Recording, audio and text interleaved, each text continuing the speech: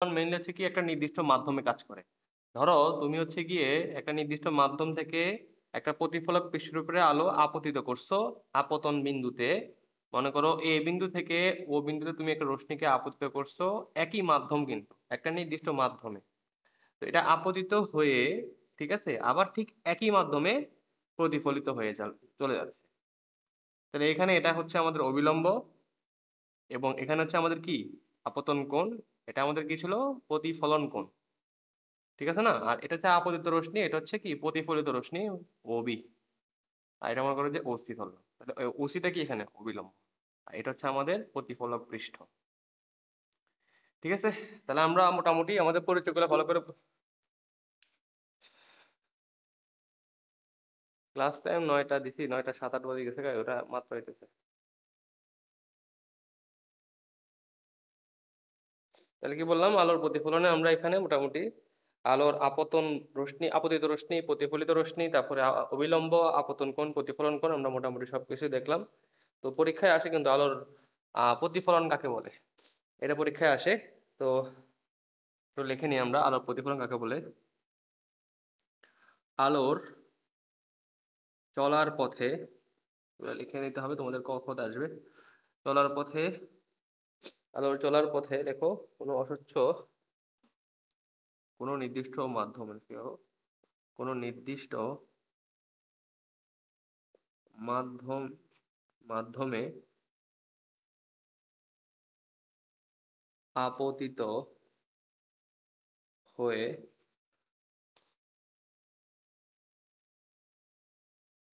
পুনরায় একই মাধ্যমে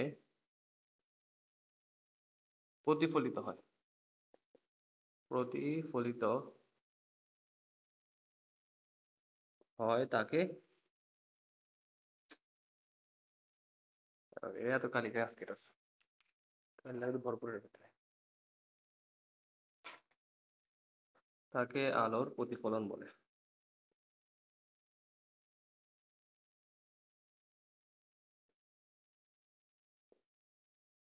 তাহলে আলোর প্রতিফলনটা তুলে ফেলো, এবং কোনটার পরিচয় কি সেটা আমরা পড়ছিলাম, আগে পড়া আছে আমাদের। আপতিত রশ্মি কোনটা, প্রতিফলিত রশ্মি কোনটা, আপতন বিন্দু কোনটা, আপতন কোণ কোনটা, প্রতিফলন কোন কোনটা, আমরা এগুলো সবগুলো শিখছি।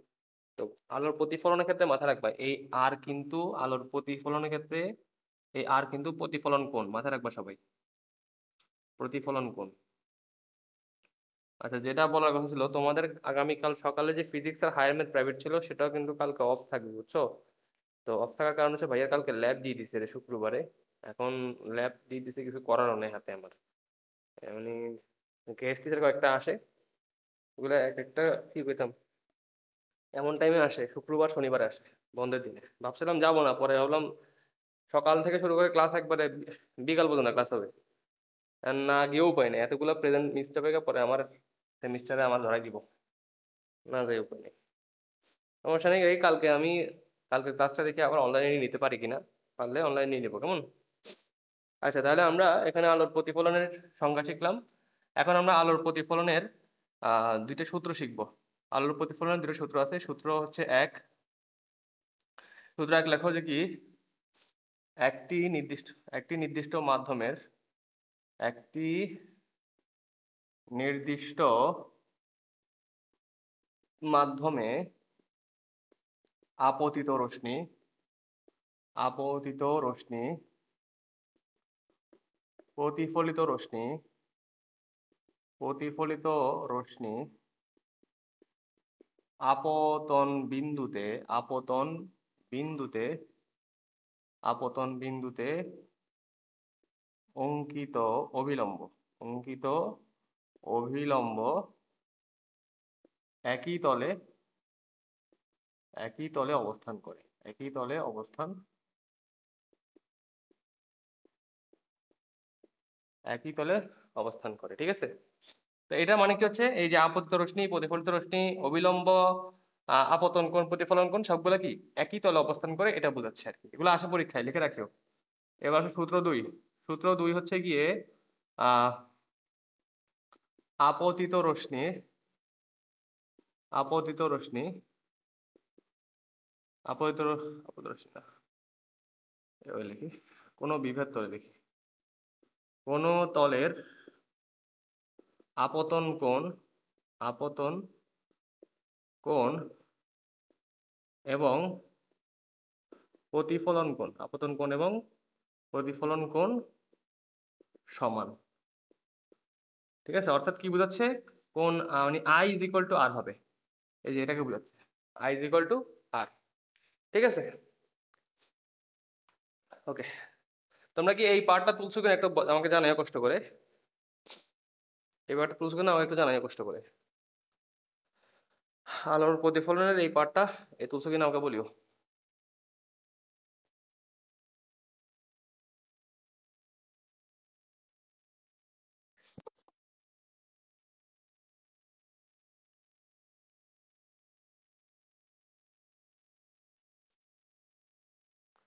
সবার কি তুলে হয়েছে, এই পার্টটা তুলে হয়েছে?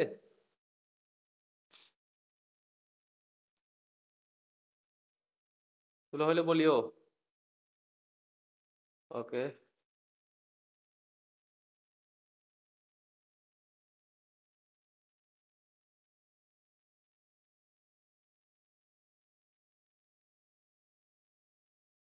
আচ্ছা আমরা তাহলে আমরা এখন নেক্সট এরে যাচ্ছি। আলোর প্রতিফলনের এই পার্টটা শেষ করলাম, এখন যাব হচ্ছে আমরা দর্পণের হিসাবে যাব, দর্পণ যাব। এখন একটু পড়বো হচ্ছে দর্পণ নিয়ে একটু পড়বো হালকা করে। দর্পণ কাকে বলে? দর্পণ হচ্ছে যে আহ যে তলে, যে তলে আলোর, যে তলে আলোর নিয়মিত প্রতিফলন ঘটে, আলোর নিয়মিত প্রতিফলন ঘটে, প্রতিফলন ঘটে, তাকে দর্পণ বলে। এখন নিয়মিত প্রতিফলন কি সবাই আশা করে জানো? একগুচ্ছ সমান্তরাল রশ্মি আপতিত হয়ে আবার তারা একই মাধ্যমে সমান্তরালে প্রতিফলিত হয়ে যাবে, মানে এই যে এই আপতিত হবে হবে একটা তলের মধ্যে, আবার সেম এগুলা একই পথ এই একই মাধ্যমে সমান্তরালে প্রতিফলিত হয়ে যাবে, এটাকে বলতেছি আমরা কি নিয়মিত প্রতিফলন। তো যে তলের মধ্যে নিয়মিত প্রতিফলন ঘটে সেই তলকে আমরা বলবো হচ্ছে দর্পণ। দর্পণ আবার এখানে দুই ধরনের আছে, একটা হচ্ছে তোমার সমতলীয় দর্পণ, একটা সমতলীয় দর্পণ, আর একটা হচ্ছে তোমার গোলীয় দর্পণ। ঠিক আছে, তো আমাদের সমতলীয়টা লাগবে না, আমাদের লাগবে হচ্ছে গোলীয় দর্পণটা। তো গোলীয় দর্পণ হচ্ছে আমার এখানে দুই ধরনের, একটা হচ্ছে কি উতল, আর একটা হচ্ছে অবতল। ঠিক আছে, একটা হচ্ছে উতল, একটা অবতল। অবতল কাকে বলে? যে সকল মসৃণ তলে, মসৃণ সমতলে, মসৃণ সমতলে কিন্তু আলোর, আচ্ছা এটা তো অবতল, সরি বলি তো একটা বুদ্ধিটা আমার খাই উঠেছে।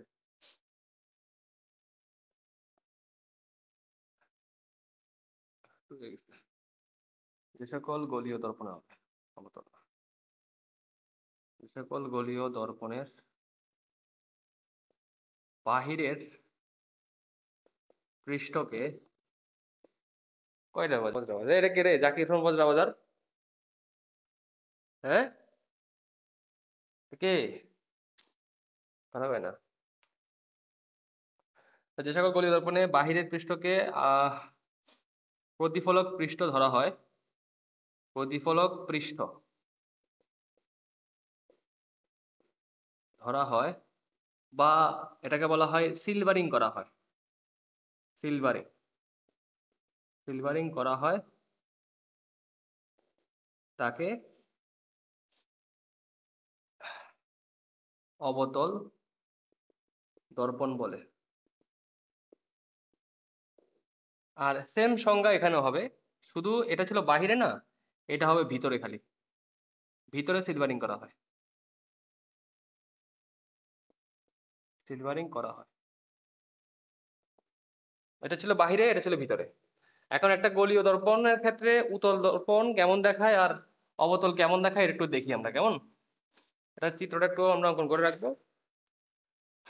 যেমন ধরো আমাদের একটা গোলক, এই গোলককে অর্ধেক করা হয় আর কি, এই গোলককে অর্ধেক করা হয়। তো এই গোলকের মনে করো যে, এই গোলকের মনে করো এখানে এই পার্টটাকে আমি নিলাম, ঠিক আছে। তো এই পার্টে আমি যদি এই অংশটাকে কথা বলি, এই অংশটাকে বলবো হচ্ছে আমরা উতল, ঠিক আছে। আর এই অংশটাকে, বাহির অংশটাকে বলবো হচ্ছে আমরা অবতল। তার মানে আমি এখন যদি দুটো আলাদা করতে চাই, একটু খেয়াল করে আমি সাইড দিয়ে চিত্র আঁকতেছি। এই যে বলতেছি না সিলভারিং করা, সিলভারিং মানে হচ্ছে কি তোমার একটা প্রলেপ, ঠিক আছে, একটা প্রলেপ লাগানো বোঝায় আর কি। তো যার বিপরীতে হচ্ছে আমরা আমরা হচ্ছে গিয়ে আলোর নিয়মিত প্রতিফলনটাকে দেখতে পাই। এখন ধরো আমি যদি প্রলেপটা ভিতরের দিকে লাগাই, ওরে ওরে, ঠিক আছে, প্রলেপটা আমরা ভিতরের দিকে লাগাই, দেখো এই যে, এই যে ভিতরের দিকে, আমরা যদি প্রলেপটা ভিতরের দিকে লাগাই দিই, তো এটা হচ্ছে আমাদের কি, উত্তর। আর প্রলেপটা আমরা যদি বাহিরে লাগাই, বা সিলভারিংটা আমরা যদি বাহিরে করি, এই যে এভাবে, তাহলে সেটা হয়ে যাবে অবতল। আশা করি উত্তল দর্পণ এবং অবতল দর্পণের চেহারা কেমন হয় দেখতে, এটা আমরা এই টপিক পড়লেই বুঝতে পারবো, ঠিক আছে। ওকে, তোমাদের লেখা হইলে বলিও কষ্ট করে একটু, তোমাদের লেখা হইলে একটু বলিও কষ্ট করে।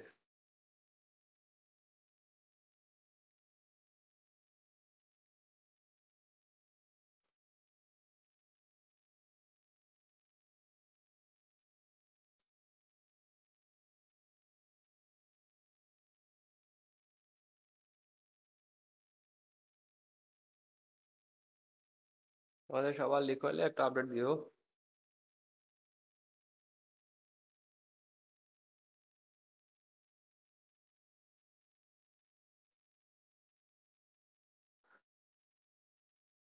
তোমার কি লেখা হয়েছে?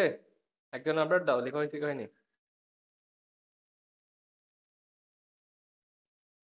আলোর প্রতিসরণ,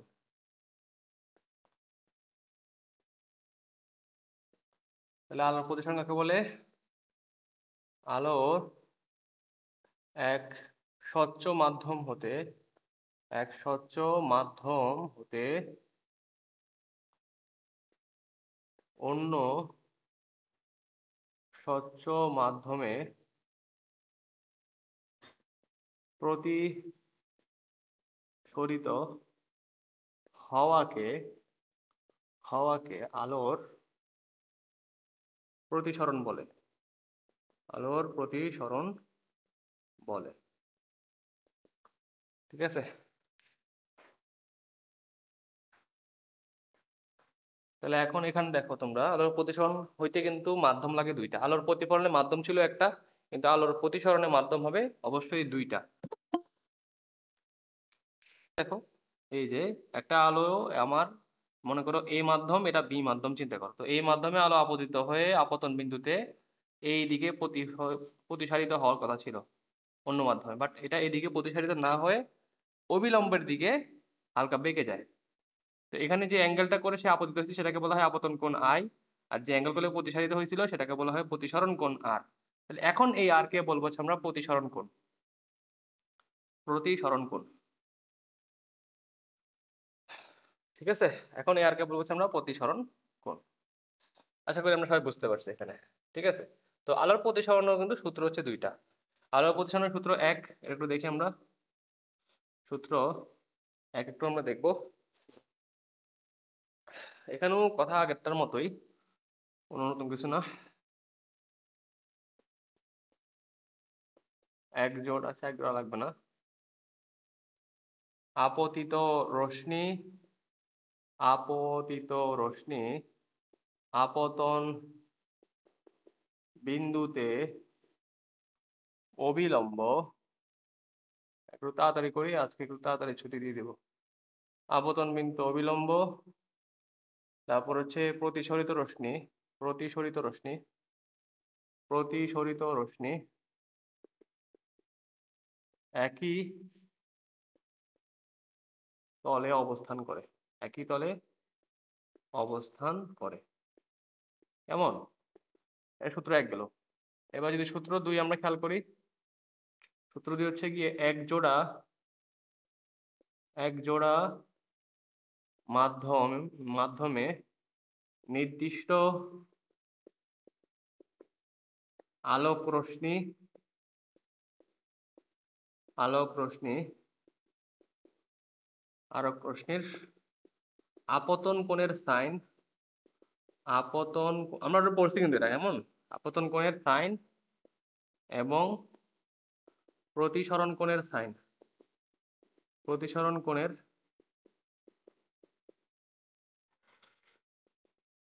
সাইন এর অনুপাত সর্বদা ধ্রুব। কেমন? তাহলে আমাদের আপতন কোণের সাইন আর প্রতিসরণ কোণের সাইনের অনুপাত সর্বদা ধ্রুব বোঝাচ্ছে, তার মানে আমরা বুঝে গেছি এটা কি, sine I divided by sine R is equal to কি, ধ্রুব মানে কি, অবশ্যই মিউ। ধ্রুব মানে কি, মিউ। কেমন? তো এই মিউটাকে আমরা কি বলছিলাম, মিউটাকে বলছিলাম আমরা প্রতিসরণাঙ্ক বলছিলাম, প্রতিসরণাঙ্ক আমরা এটা বলছিলাম।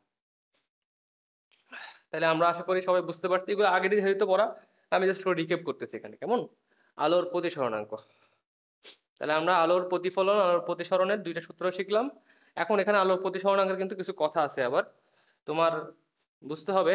এখানে আমাদের মাধ্যমের ভেদে এবং হচ্ছে গিয়ে মাধ্যম ছাড়া একটা কথা আছে, তোমরা কষ্ট করে আগেটা লিখো, লেখার পর আমাকে আপডেট দিও তোমাদের লেখা হয়েছে কিনা। তোমাদের এই পাঁচটা লিখে হলে আমাকে বলিও।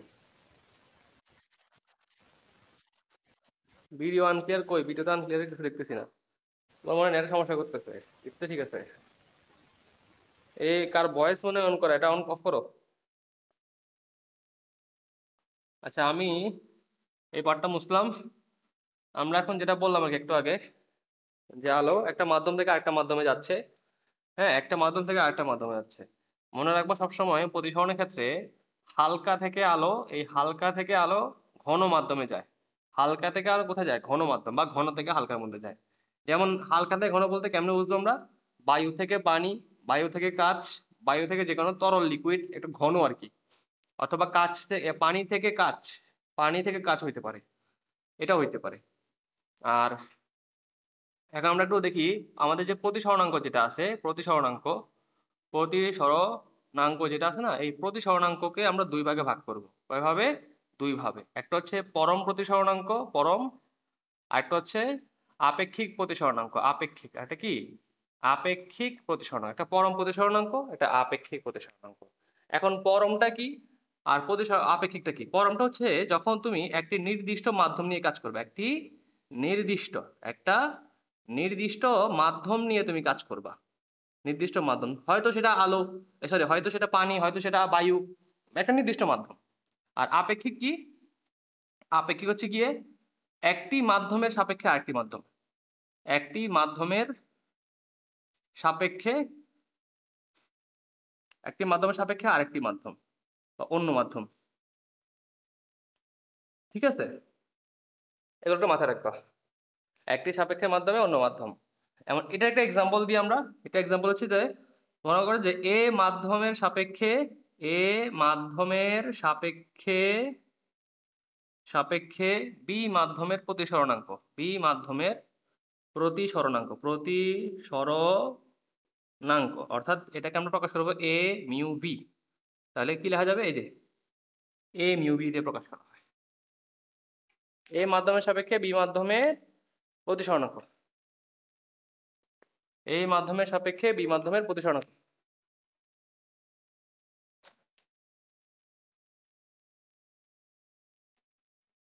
এ মাধ্যমের সাপেক্ষে বি মাধ্যমের প্রতিসরণাঙ্ক।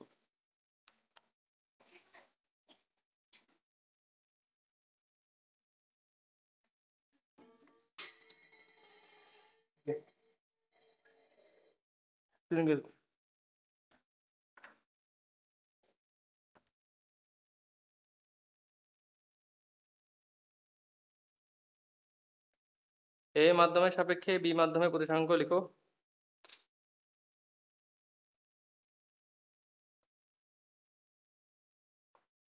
তাহলে আমরা এখন দেখি আপেক্ষিক বেগের বা আপেক্ষিক বলছি, আপেক্ষিক প্রতিসরণাঙ্ক হিসাব করলাম।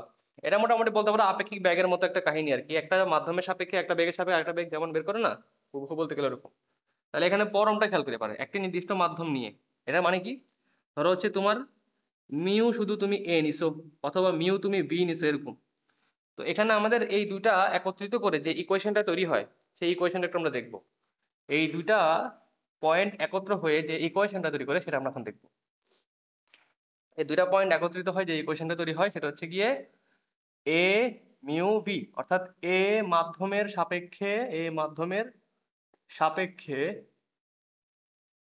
এ মাধ্যমের সাপেক্ষে বি মাধ্যমের আহ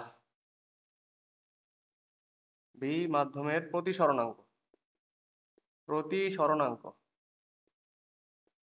ঠিক আছে, তাহলে এই ক্ষেত্রে লিখতে পারি কি A mu V is equal to কি লেখা যাবে mu B divided by mu A, এভাবে লেখা যায়। এখন এটা ছিল হচ্ছে গিয়ে পরম এবং আপেক্ষিক দুটা মিলায় আমরা একটা ইকুয়েশন তৈরি করছি, না আমরা আগেও পড়ছিলাম। এখন এখানে আমরা যদি বেগের সাহায্যে কাজ করি, তার বেগের সাহায্যে অবশ্যই আলোর বেগের সাহায্যে যদি আমরা কাজ করি, আলোর বেগের ক্ষেত্রে আমরা বলতে পারি যে আমাদের প্রতিসরণাঙ্কের সাথে আলোর বেগের সম্পর্ক হচ্ছে ব্যস্তানুপাতিক। ঠিক আছে, কারণ মাধ্যম যখন চেঞ্জ হয়ে যাবে তখন আলোর গতিটা কমে যাবে। সেই ক্ষেত্রে মাধ্যমের উপর ডিপেন্ড করতেছে আবার প্রতিসরণাঙ্ক।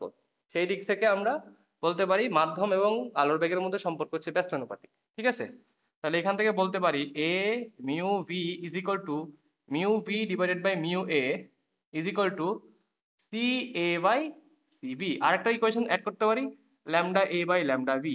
আমরা এটা পড়ছি অলরেডি, এগুলো হ্যাঁ এগুলো পড়ে ফেলছি আমরা। ব্যাস, তাহলে আমরা এটা একটু তুলে নেই সবাই কষ্ট করে।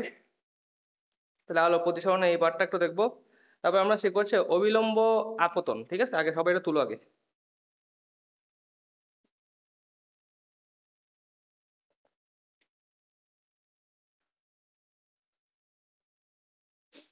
এখানে মনে রাখবা প্রতিসরণাঙ্ক মানে আমাদের যে আলোর প্রতিসরণের যে সূত্র, যে 2 নাম্বারটা আছে না, ওই সূত্র 2 নাম্বারে কিন্তু আই এবং আর এর মানটা কিন্তু সমান হয় না, কিন্তু মাথা রাখিও।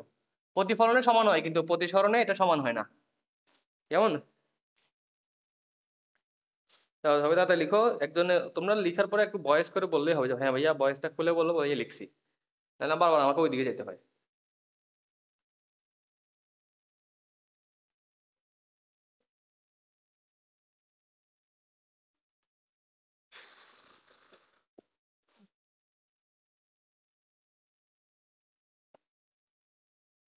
তাই আমি এই পাঁচটা মুছলাম, আশা করি তোমরা এই পাঁচটা লিখে ফেলছো সবাই।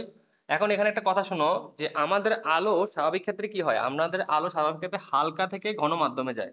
তাহলে একটা আমরা নোট লিখি, একটা নোট লিখবো এখানে। নোটটা হচ্ছে গিয়ে আলো নোটটা হচ্ছে গিয়ে আলো আলো লঘুতর লঘুতর আচ্ছা লঘুতর না লিখলে অনেকে এড়ে যাবে। আলো হালকা মাধ্যম থেকে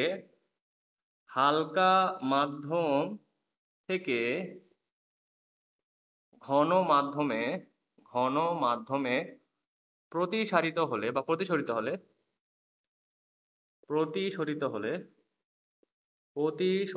হলে হালকা মাধ্যম এই হালকা থেকে ঘন মাধ্যমে প্রতিসরিত হলে প্রতিসরণ কোণ প্রতিসরণ কোণ কমে যায়, বা প্রতিসরণ কোণ আপতন কোণ থেকে ছোট হয়। আপতন কোণ হতে ছোট হয়। তার মানে কি বলতে পারি, আর এর মানটা আই থেকে ছোট হয়ে যাবে। যদি আর এর মানটা আই থেকে ছোট হয়ে যায় তাহলে বলতে পারি যে মিউ গ্রেটার দেন 1। এই যে কষ্ট করে সবাই এই নোটটা তুলে ফেলো, এমসিকিউর জন্য ইম্পর্টেন্ট। ঠিক আছে,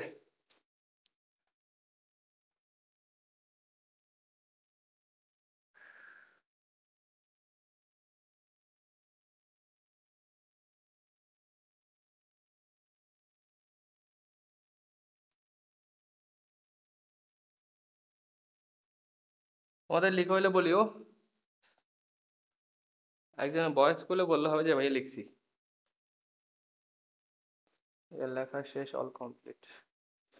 ঠিক আছে, আমরা এখন পড়বো হচ্ছে একটা ছোট্ট একটা টপিক, ছোট্ট একটা পয়েন্ট পড়বো, অবিলম্ব আপতন।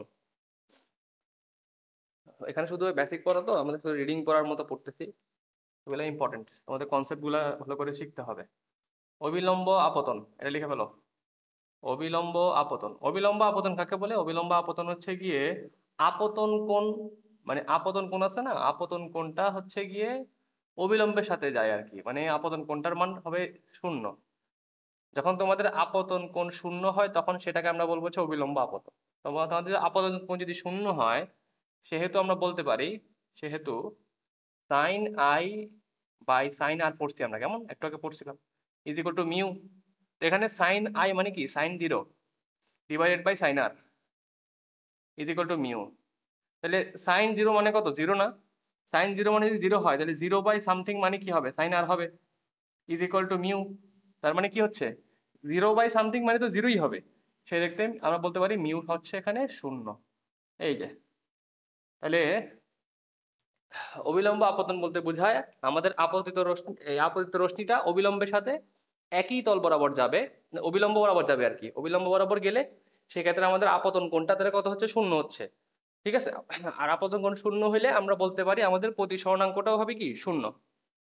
দাও সবাই তুলে ফেলো এটা, সত্যি এটা একবারে মানে করতে।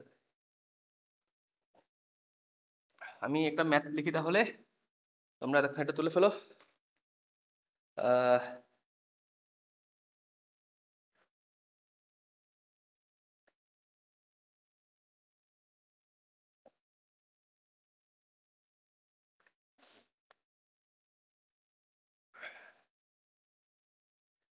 আচ্ছা, আমরা একটা প্রশ্ন দেখি কেমন।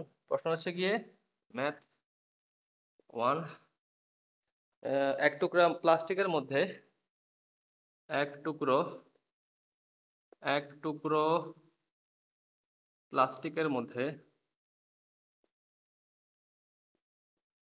প্লাস্টিকের মধ্যে এক প্লাস্টিকের মধ্যে আলোর গতিবেগ, আলোর গতিবেগ আলোর গতিবেগ 2 × 10⁸ মিটার পার সেকেন্ড।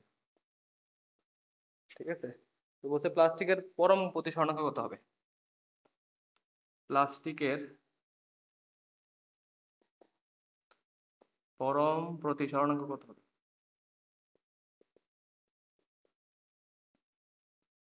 কত হবে কেমন। এখন এখান থেকে স্পষ্ট বোঝা যাচ্ছে যে আমাদের প্লাস্টিকের পরম প্রতিসরণাঙ্ক বের করতে বলতেছে। সেক্ষেত্রে আমাদের এখানে দেখো অলরেডি প্লাস্টিকের আলোর গতিবেগ দেওয়া আছে, আর আরেকটা হচ্ছে গিয়ে, তাহলে আমরা কি হচ্ছে, একটা প্লাস্টিকে যাচ্ছি, অর্থাৎ আমরা একটা মাধ্যম থেকে আরেকটা মাধ্যমে যাচ্ছি, আরেকটা মাধ্যম অলরেডি প্লাস্টিক বলে দিছে। এখন তোমাকে কিন্তু মাধ্যম বলছে মাত্র একটা, এখানে আরেকটা মাধ্যম বলে নাই কিন্তু। তো আরেকটা মাধ্যম আমরা সবসময় ধরে নিব, যেহেতু এটা প্লাস্টিক বলছে, একটা ঘন মাধ্যম, তাহলে আমাদের এটা থেকে হালকা মাধ্যম কোনটা হবে, অবশ্যই বায়ু, মানে শূন্য মাধ্যম। তার মানে বুঝে গেছি আমাদের এখানে শূন্য মাধ্যমটা অ্যাপ্লাই করতে হবে। তো সেই ক্ষেত্রে আমরা বলতে পারি শূন্য মাধ্যমে আলোর বেগ। এটা কিন্তু তোমরা কিন্তু অ্যাপ্রক্সিমেট ধরে নিবা অলওয়েজ। শূন্য মাধ্যমে আলোর বেগ কত আমরা জানি আশা করি সবাই, C A is equal to কত হবে, 3 × 10⁸ মিটার পার সেকেন্ড। আর ঘন মাধ্যম, আমরা ঘন মাধ্যমে লিখবো, প্লাস্টিক লিখবো না, ঘন মাধ্যমে আলোর বেগ, ঘন মাধ্যমে আলোর বেগ, এটা হচ্ছে সি, ঘন কি লিকুইড ধরলাম, সিএল, 2 × 10⁸ মিটার পার সেকেন্ড। কেমন, তা আমরা এখন যদি প্লাস্টিকের পরম প্রতিসরণাঙ্ক বের করতে চাই, মানে শুধু মিউ বের করতে চাই, মিউ এলটা বের করতে চাই, তাহলে সেক্ষেত্রে হবে কি,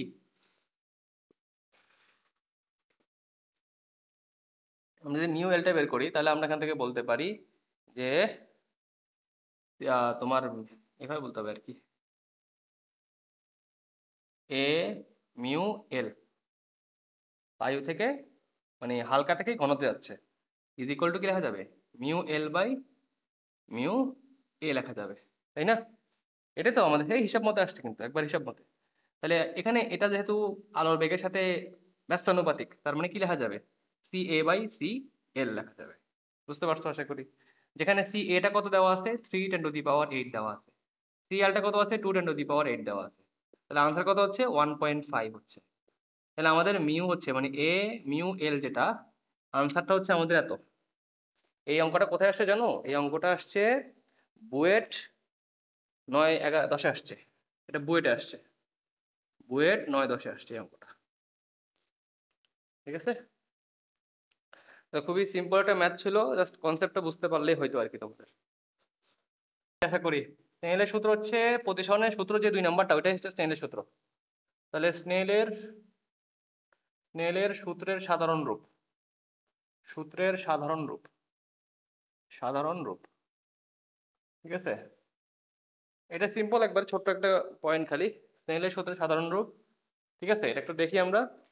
স্নেলের সূত্রের সাধারণ রূপ হচ্ছে কি, আমরা একটু আগে পড়ছি যে এ মিউ ভি সমান সমান কি হয়, mu V by mu A. এটা আমি কে জয়েন করতে চাই, B is equal to mu V by mu A is equal to, আমরা লিখতে পারি দেখো mu B by mu A, কিন্তু এখানে তার মানে কি লেখা যাবে, sine R divided by sine I লেখা যাবে। ভালো করে বুঝতে হবে কিন্তু, ভালো করে বুঝতে হবে। কেন এটা বুঝতে হবে,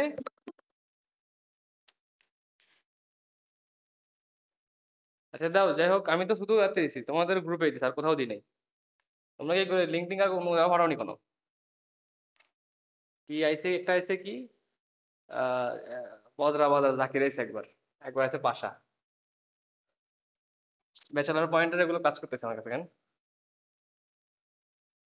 দেখো এখানে কি বললাম, A mu B is equal to mu B by mu A, যার কারণে কি হচ্ছে sine R by sine I, but আমরা কি করছিলাম, sine I by sine R পড়ছিলাম, এখানে sine R by sine I কেন হয়ে গেছে গা। দেখো আমি বলছিলাম এটা এ মাধ্যম, এটা বি মাধ্যম, আর এখানে আমাদের এটা আপতন কোণ এদিকে, আর এটা ছিল আমাদের প্রতিসরণ কোণ ছিল আর। তো দেখো তুমি কিন্তু খেয়াল করো, আপতন কোণের সাইন প্রতিসরণ কোণের সাইনের অনুপাত কিন্তু ধ্রুব ছিল, বাট আমরা একটু খেয়াল করি এখানে এ থেকে তুমি বিতে গেছো, তার মানে এ মাধ্যমের সাপেক্ষে বি মাধ্যম, এটা তো এটা বোঝায়, এই কথাটা দ্বারা কি বোঝায়, এ মাধ্যমের সাপেক্ষে বি মাধ্যম, এটাই তো বোঝাচ্ছে। এটা মানে কি mu B by mu A না, তো মিউ বি কোথায়, এ বি মাধ্যমের জন্য না মিউ বি, এ মাধ্যমের জন্য না মিউ এ, সেই ক্ষেত্রে কিন্তু এটা আসছে সাইন আর বাই সাইন এ। আশা করি তোমরা বুঝতে পারছো। এখন যদি আমরা কোনাকুনি গুণ করি তাহলে কি পাই, mu b sine i is equal to mu a sine r. এটা হচ্ছে স্নেলের সূত্রের সাধারণ রূপ, এটা হচ্ছে স্নেলের সূত্রের সাধারণ রূপ। দ্বিতীয় দেখো, ভালো করে বুঝবা আসলে সাধারণ রূপটা কেমনে আসছে। দ্বিতীয় মাধ্যমের প্রতিসরণাঙ্ক প্রথম মাধ্যমের আপতন কোণের সাইন, প্রথম মাধ্যমের প্রতিসরণাঙ্ক দ্বিতীয় মাধ্যমের কি প্রতিসরণ কোণ বা দ্বিতীয় মাধ্যমের কোণ, বুঝতে পারছো। এগুলো কিন্তু ভালো ভালো করে মাথায় রাখবা, এগুলা ভুল করা যাবে না পরীক্ষার মধ্যে, কনফিউশন করা যাবে না, সহজ দেখতে লাগলেও কিন্তু পরীক্ষার মধ্যে তোমরা কনফিউশনে পড়ে যেতে পারো, এই জন্য ক্লিয়ার থাকবা। আশা করি বুঝতে পারছো। আরেকবার বুঝাই দেন ভাই। আচ্ছা দেখো আমি একটু আবার বলি, mu B by mu A কেমনে আসছে আশা করি তোমরা বুঝছো, এর আগে ভালো করে বুঝো, sign I by sine r এটা কার সূত্র আসতেছে, স্নেলের সূত্র, মিউ।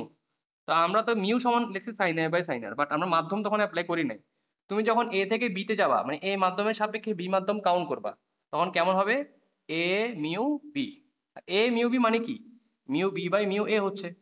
তো আমাদের সাপোজ দেখো, আমাদের চিত্রটা দেখলে বুঝতে পারছি, এটা আপতন কোণের জন্য, এটা প্রতিসরণ কোণের জন্য, মানে এ মাধ্যম আপতনের জন্য, বি মাধ্যম প্রতিসরণের জন্য। আর এখানে কি আছে, বি বাই এ উল্টা, সে কারণে সাইন আই বাই সাইন আর না হয়, মানে সাইন আই বাই সাইন আর না হয় কি হয়েছে, সাইন আর বাই সাইন হয়েছে, মানে সাইন আই হয়েছে, উল্টো হয়েছে জিনিসটা। এখন তুমি যদি কোণাকুণি গুণ করো, এই যে এটার সাথে গুণ করো, এটার সাথে গুণ করো, তাহলে গুণ হিসাবটাই হবে আসবে, তাহলে mu b sine i mu a sine r. তো দ্বিতীয় মাধ্যমের প্রতিসরণাঙ্ক, এটা হচ্ছে দ্বিতীয় মাধ্যমের প্রতিসরণাঙ্ক ইন্টু আপতন কোণের সাইন, প্রথম মাধ্যমের প্রতিসরণাঙ্ক ইন্টু প্রতিসরণ কোণের সাইন। তাহলে পারলে লিখে রাখতে পারো সাধারণ রূপটা কেমন হবে, দ্বিতীয় মাধ্যমের প্রতিসরণাঙ্ক ইন্টু আপতন কোণের সাইন, প্রথম মাধ্যমের প্রতিসরণাঙ্ক ইন্টু প্রতিসরণ কোণের সাইন। এটা হচ্ছে স্নেলের সাধারণ সূত্র বা সাধারণ রূপ, ঠিক আছে। আশা করি বুঝতে পারছো। আমরা আমাদের এখন শেষের দিকে আছি একবারে, আমরা যাবো হচ্ছে এখন সংকট কোণ, সংকট কোণ। After so long. কেডা রে এটা ভাই, তোমরা ক্লাস করো না দুষ্টামি করো এখানে, পাশের আওয়াজ হইতেছে কেমনে।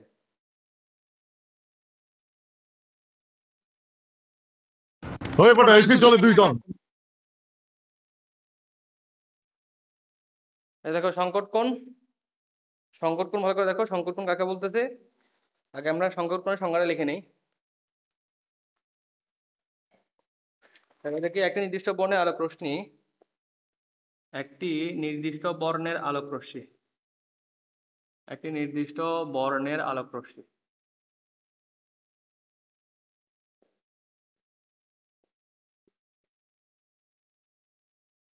এই পরের ক্লাসে তোমরা তোমাদের নাম দিয়ে তারপর জয়েন করবা, তাহলে জয়েন করাবো না আমি। একটা নির্দিষ্ট বর্ণের আলোক রশ্মি ঘন মাধ্যম থেকে হালকা মাধ্যমে, ঘন মাধ্যম থেকে হালকা মাধ্যমে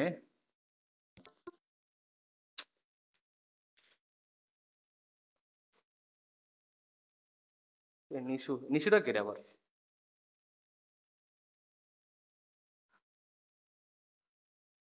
কেমন লাগবে না এখন।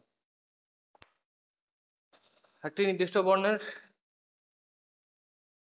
আলোক রশ্মি ঘন মাধ্যম থেকে হালকা মাধ্যমে প্রতিসরণের সময় প্রতিসরণের সময় প্রতিসরণের সময় আপতন বা আপতিত রশ্মি আপতন কোণের যে মানের জন্য আপতন কোণের যে মানের জন্য যে মানের জন্য আপতন কোণের যে মানের জন্য প্রতিসরণ কোণ এক সমকোণ হয়। প্রতিসরণ এটা খুবই ইন্টারেস্টিং একটা টপিক, কিন্তু লিখে ফেলো সবাই ঠিক মতো। প্রতিসরণ কোণ এক সমকোণ হয়, এক সমকোণ হয় তাকে সংকট কোণ বলবে। সংকট কোণ বলে। কেমন?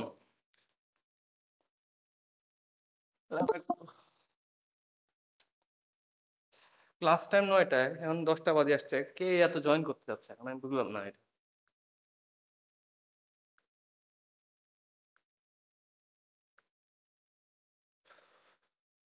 তাহলে একটি নির্দিষ্ট বর্ণের আলোক রশ্মি, কি বললাম, একটি নির্দিষ্ট বর্ণের আলোক রশ্মি ঘন মাধ্যম থেকে হালকা মাধ্যমে প্রতিসরণের সময় আপতন কোণের যে মানের জন্য প্রতিসরণ কোণ এক সমকোণ হয় তাকে সংকট কোণ বলে। একটু তাহলে চিত্রটা ভালো করে খেয়াল করো, মনোযোগ দিয়ে বুঝবা কিন্তু এটা। হ্যাঁ, খুবই সিম্পল।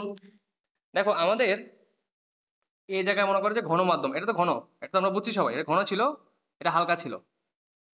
দেখো ভালো করে খেয়াল করো, আমার এই একটা আপতিত রশ্মি, ঠিক আছে, এটা গিয়ে মনে করো এই দিকে প্রতিসরিত হচ্ছে। আমি একটা কথা বলছিলাম যে আলোক রশ্মি হালকা থেকে ঘন মাধ্যমে যদি প্রতিসারিত হয় তাহলে সে হালকা থেকে ঘন, কিন্তু বুঝো ভালো করে, হালকা থেকে ঘনর দিকে সে যদি প্রতিসরিত হয় তাহলে সে কিন্তু অবিলম্বের দিকে বেঁকে যায়, অবিলম্বের দিকে বেঁকে যায়। কিন্তু সে যদি ঘন থেকে হালকার দিকে যায় তাহলে কিন্তু সে অবিলম্ব থেকে দূরে সরে যায়। এটা কিন্তু হয়েছে, দেখো, সে ঠিক যে কোণে আপতিত হয়েছে ঠিক একই কোণে কিন্তু প্রতিসারিত হচ্ছে না, মানে সে কিন্তু অবিলম্বের দিকে যাচ্ছে না, উল্টা অবিলম্ব থেকে দূরে সরে যাচ্ছে। ঠিক আছে, তাহলে খেয়াল করো পরবর্তী লাইনটা খেয়াল করো, নীল কালার কলমটা ফেলে করো, একটু ওয়েট। হ্যাঁ, এবার দেখো আমরা আরেকটা লাইন অঙ্কন করি। এখানে আমরা একটা অ্যাঙ্গেল করে রশ্মিটাকে আপতিত করছি, এখন এই দিকে আরেকটা রশ্মি যাবে, এইদিকে আমরা আরেকটা রশ্মি, এই যে দেখো, তাহলে কি আগে যে অ্যাঙ্গেলে আপতিত করছিলাম না, এখন তার থেকে বেশি অ্যাঙ্গেল নিছি, তার মানে আমার রশ্মিটা যেটা প্রতিসরিত হয়েছিল এটা কি আরো বেঁকে যাবে না, আরো বাঁকতে বাঁকতে কোন দিকে যাবে, এই বরাবর চলে যাবে, যে এই বরাবর। ঠিক আছে, তাহলে তোমরা একটু ভালো করে নীল কালার লাইনটা খেয়াল করো। নীল কালার লাইন, এখন আমাকে বলতে হবে এখানে কোন কালারের জন্য আমরা সংকট কোণ পাবো, কোন কালারের জন্য, কোন কালারের জন্য আমরা সংকট কোণ পাবো, এটা কে বলতে পারবা? দেখি কেউ বলো তো একজনে, কোন কালারের জন্য আমরা এখানে সংকট কোণটা পাবো?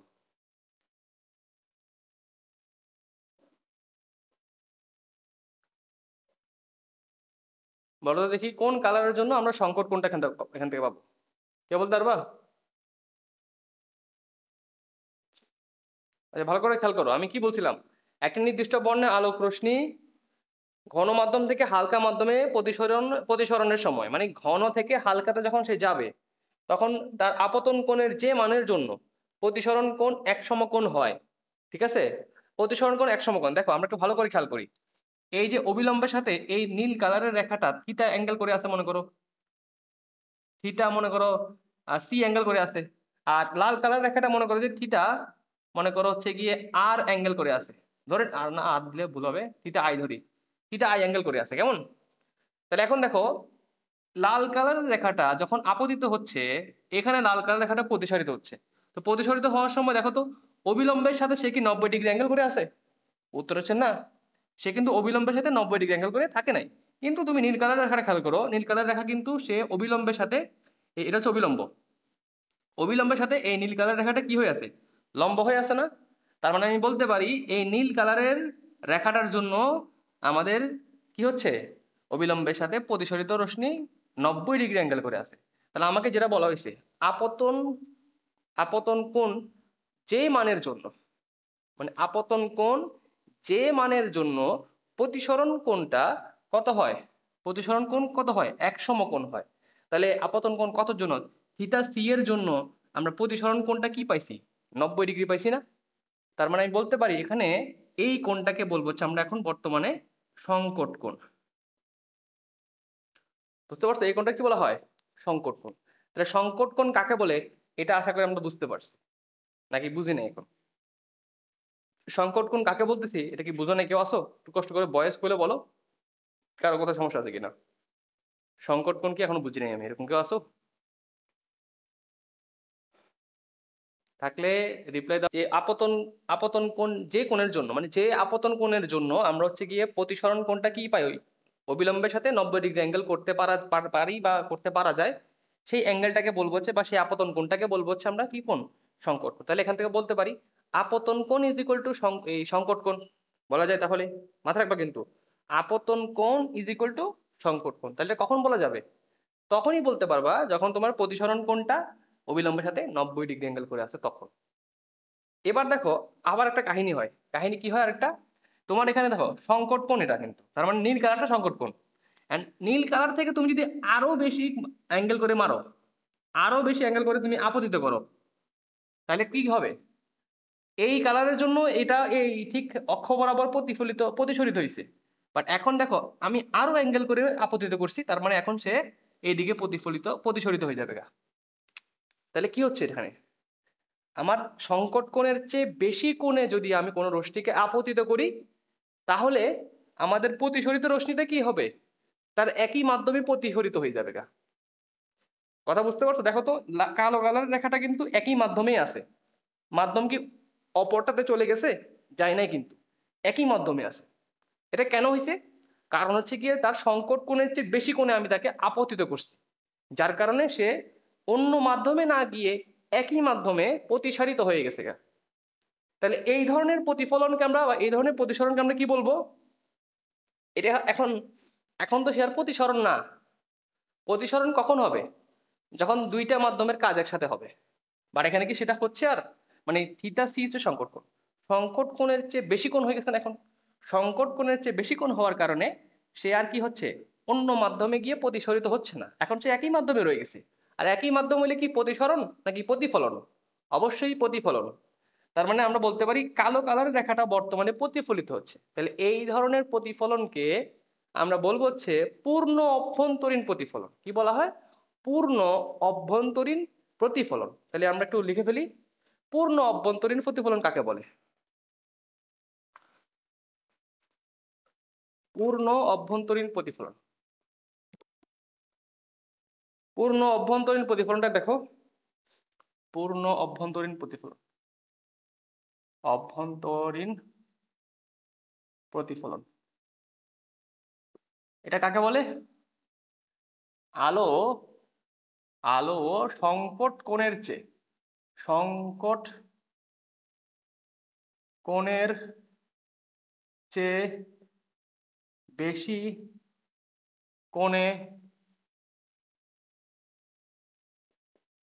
আপতিত হয়ে প্রতিফলিত,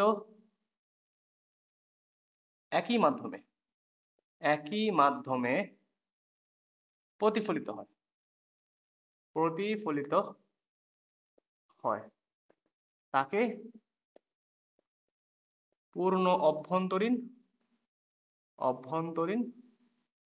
প্রতিফলন বলে, প্রতিফলন বলে।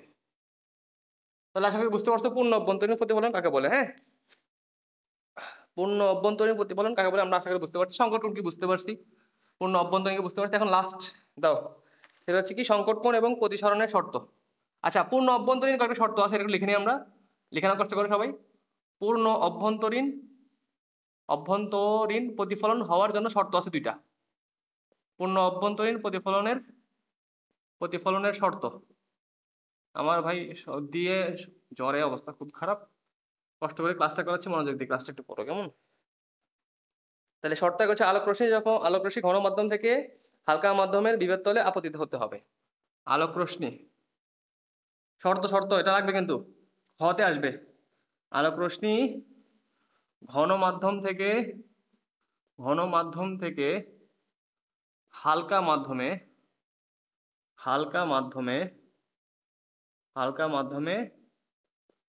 প্রতিফলিত হতে হবে। 2 নম্বর শর্ত হচ্ছে গিয়ে আপতন কোণ সংকট কোণের অপেক্ষা বড় হতে হবে। আপতন কোণ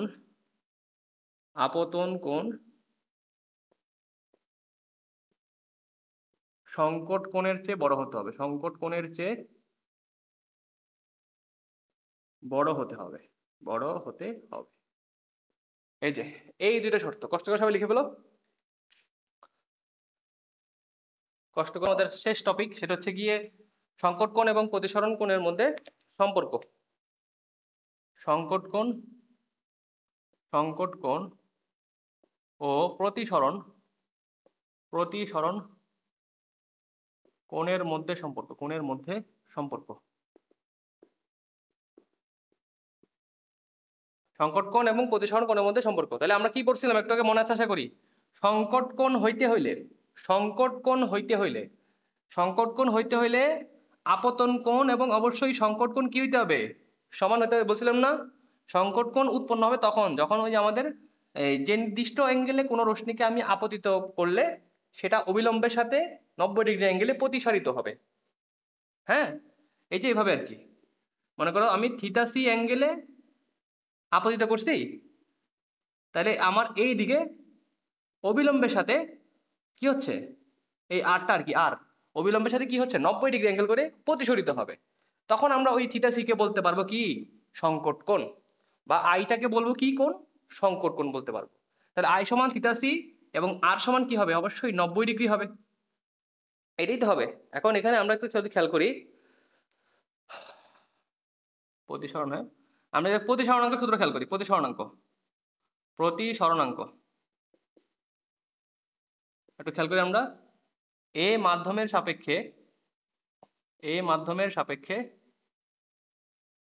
বা এ মাধ্যম না দিলেও বি মাধ্যমের সাপেক্ষে একটা লিখলে হবে। সাপেক্ষে এ মাধ্যমের প্রতিসরণাঙ্ক যদি হয়, সেক্ষেত্রে কি হবে? বি মিউ এ, মানে কি mu A by mu V, অর্থাৎ sine I by sine R. ঠিক আছে না? Sine I by sine R লিখতে পারি। আবার আমরা এটাকে এভাবে লিখতে পারি, আমি এটা হেড দিয়ে লিখি।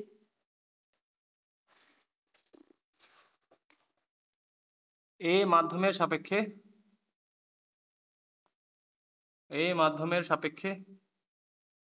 বি মাধ্যমের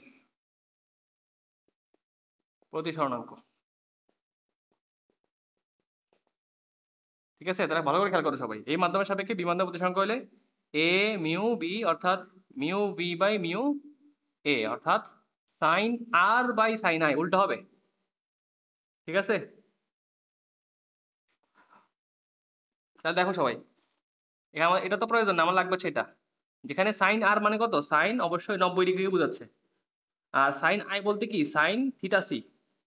তাহলে এ মিউ ভি সমান এত, তাহলে সাইন 90 মান কত? 1 না? তাহলে এ মিউ ভি সমান হচ্ছে গিয়ে 1 বাই সাইন থিটা সি। এই যে আমাদের সম্পর্ক, এটা হচ্ছে কি প্রতিসরণাঙ্কের সাথে সংকট কোণের সম্পর্ক। ঠিক আছে, প্রতিসরণাঙ্কের সংকট কোণের সাথে সংকট কোণের সম্পর্ক। আবার চাইলে তুমি এটাও লিখতে পারো, এখানে একটা লাইন অ্যাড করতে পারো, সেটা হচ্ছে কি সেটা হচ্ছে 1 বাই বি মিউ এ। এই লাইনটা তুমি চাইলে অ্যাড করতে পারো। এ মিউ বি সমান 1 বাই সাইন থিটা সি না? আবার মিউ এ সমান 1 বাই এ মিউ বি সমান 1 বাই বি মিউ এও তুমি লিখতে পারো। দেখো এটা উল্টা হয়ে আছে না? তো এটা উল্টা মানে তো এটা সমান, বুঝলে না? তোমার কষ্ট করে এই পার্টটা বক্স করে রাখো, এটাই আমাদের যথেষ্ট। প্রতিসরণের সাথে আমাদের সংকটকরণের সম্পর্ক। তাহলে আজকে আমাদের